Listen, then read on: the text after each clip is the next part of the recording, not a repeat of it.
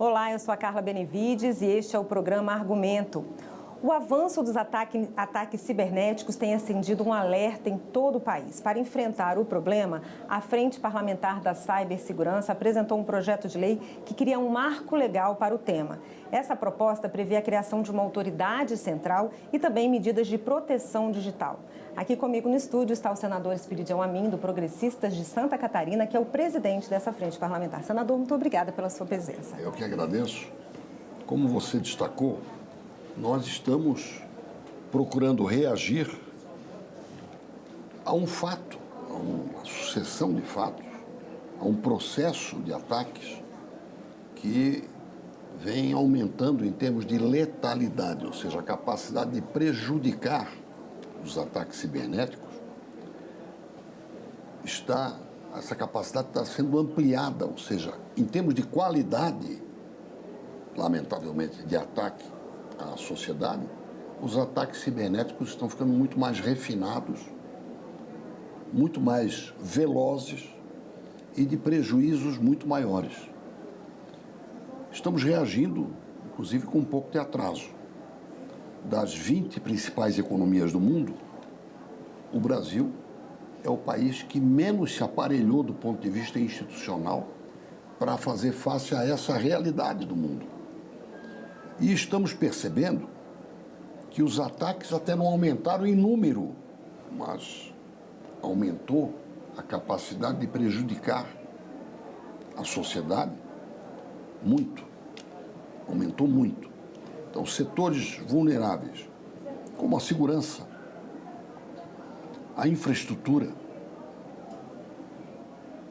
as finanças, a saúde e os procedimentos administrativos das empresas e dos governos, estão todos esses setores sendo massacrados por esta ampliação do poder de fogo dos ataques cibernéticos. Então, nós estamos procurando uma reação inteligente, com medida, porque nós não podemos criar a Agência Nacional de Segurança Cibernética, isso compete ao Executivo, mas podemos orientar a coordenação do que nós já temos. Por exemplo, Polícia Federal, Secretarias de Segurança, procedimentos que, por exemplo, o sistema financeiro já tem sistematizado para se defender, e cuidar da parceria público-privada, porque nós não podemos imaginar que o governo vai cuidar disso. O governo fará bem se conseguir harmonizar com a iniciativa privada, cooperação, sistematização, capacidade de fiscalização, monitoramento e resposta a esses ataques. Ou seja, vamos nos organizar, unidos, pelo menos em matéria de organização, de parceria, nós seremos menos vulneráveis, teremos mais rapidez para responder e neutralizar os ataques do que isoladamente. É isso que você está percebendo pelos ataques a bancos, a fintechs, a hospitais, a setores de infraestrutura isoladamente. Acho que este projeto é um alerta que, devidamente aperfeiçoado por todos os interessados, ou seja, pela sociedade, e já recebemos muitas manifestações de cooperação, de crítica, de aperfeiçoamento, acho que vamos recuperar um pouco do tempo e do espaço perdidos. Senador, tem um dado aqui que assusta, que diz que o Brasil concentra 90% das tentativas de ataques cibernéticos da América Latina. São cerca de 550 mil ocorrências por dia. Exatamente. Essa proposta pode diminuir isso? Olha, nós não podemos, provavelmente, diminuir o número de ataques, mas se tivermos a capacidade de localizar, identificar os núcleos atacantes, certamente teremos poder chamado dissuasório, ou seja, vamos fazer reduzir. Mas o mais importante é aperfeiçoarmos a prevenção, a defesa, a resposta e a redução de prejuízos. E se fizermos isso em parceria, nós vamos evitar que aquele que tentou te atacar me ataque sem eu ficar sabendo. Se nós conseguirmos nos associar, nós poderemos compartilhar métodos de defesa, experiências de defesa bem ou mal sucedida, para reduzirmos a chance do atacante ser bem sucedido. E é claro que à medida em que nós formos formando recursos humanos, que talvez seja o nosso calcanhar e pescoço de Aquiles, o calcanhar de Aquiles e o pescoço de quem tem que ter agilidade, formação de recursos humanos eu pessoalmente considero a nossa maior deficiência e, portanto, a nossa maior prioridade. E é preciso que, junto com a competência, nós tenhamos também as certezas da fidelidade, da lealdade, para que possamos ter mão de obra, recursos humanos adequados e do nosso lado, sim, sob pena de ficarmos à mercê de pessoas que nós mesmos formamos e mudaram de time.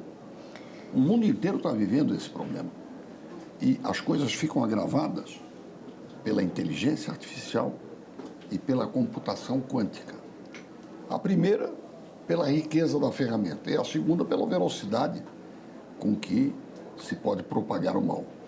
Senador, o senhor tocou num ponto importante. Houve uma audiência pública um tempo atrás, proposta inclusive pelo senador Veneziano Vital do Rego, e ele ouviu vários especialistas e o tema era esse. Dados importantes foram colocados. O TCU, um órgão do TCU, mostrou que 80% das repartições públicas sequer tem backup. E um dos outros especialistas que estava nessa audiência fez um clamor às faculdades para a formação de profissionais na área e também um pedido que o governo brasileiro crie políticas para manter essas pessoas que se formam, têm qualificação, que muitas vezes são cooptadas por outros países. O projeto de lei faz menção explícita a essas deliberações do Tribunal de Contas da União, que presta um grande serviço ao país, porque ele, de certa forma, é um grande auditor da administração pública. E o auditor, no caso, está percebendo e alertando para a nossa fragilidade, que eu já tinha mencionado no início. E aqui faço justiça a esta iniciativa do TCU e do seu presidente, Vital do Rego, porque ele, como nosso fiscal do país, está prestando um serviço aos responsáveis, no nosso caso, pela legislação, e ao executivo, pelas suas responsabilidades. Mas você acha possível, de repente, que o governo crie alguma forma de manter, de reter esses talentos no Brasil? Porque isso acontece muito, né, senadora? A gente tem referências em determinadas áreas e elas acabam indo trabalhar em outros países. Olha, eu não tenho conhecimento assim de proliferação de referências nossas que tenham ido para o exterior. Mas eu não tenho dúvida que a iniciativa privada tem muito mais capacidade de coletar esses talentos, talvez com um nível de remuneração maior do que a administração pública pode possibilitar. Só que tudo isto tem que ser superado com espírito de corpo e com espírito de missão. Eu enalteço, por exemplo, a iniciativa do Exército, desde 2019 que eu assisto aos exercícios de defesa e de ataques cibernéticos promovidos pelo setor do Exército que cuida de defesa cibernética. Neste ano, nós tivemos a apresentação, a renovação desse projeto chamado Guardião Cibernético, com envolvimento do setor de infraestrutura, com 167 organismos públicos e privados, com mais de 750 especialistas do mundo inteiro, tanto da iniciativa privada quanto do poder público. Ou seja, o Exército tem prestado desde 2018 essa contribuição, inclusive de metodologia, de não ter só chapa branca, de fazer compartilhar com o público e com o privado o problema da defesa cibernética. Então nós já temos um pouco da estrada percorrida, já temos um pouco de profissionais engajados. O que nós precisamos é sistematizar isso. transformando numa política pública e lei. Ou seja, as iniciativas baseadas em decretos ou iniciativas pontuais são muito bem-vindas. Mas o país precisa de organicidade.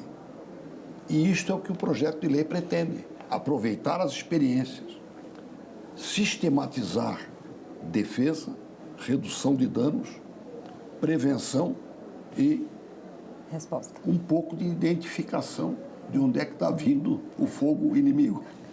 Senador, para a gente finalizar, como que a Frente Parlamentar pretende atuar para a tramitação dessa proposta, para que ela corra de uma forma mais célere? Olha, nos próximos dias nós teremos a designação do relator. É lógico que dentro da capacidade que eu possa ter de influenciar, nós vamos pedir que seja um relator familiarizado com o assunto, com o problema. E vamos realizar audiências públicas. Elas têm duplo sentido. Primeiro, aperfeiçoar o projeto e o que ele preconiza. E segundo, aumentar o grau de consciência. Nós não estamos falando de uma fábula. Não é a aventura do Júlio Verne ou do Flash Gordon aí do passado. É um fato que está acontecendo, só que é uma guerra silenciosa. E eu termino dizendo o seguinte: há quanto tempo você não tem notícia de um assalto a banco? Há quanto tempo você não tem notícia de uma explosão de um caixa eletrônico? Você acha que a bandidagem desistiu do dinheiro? Não, a ferramenta é outra.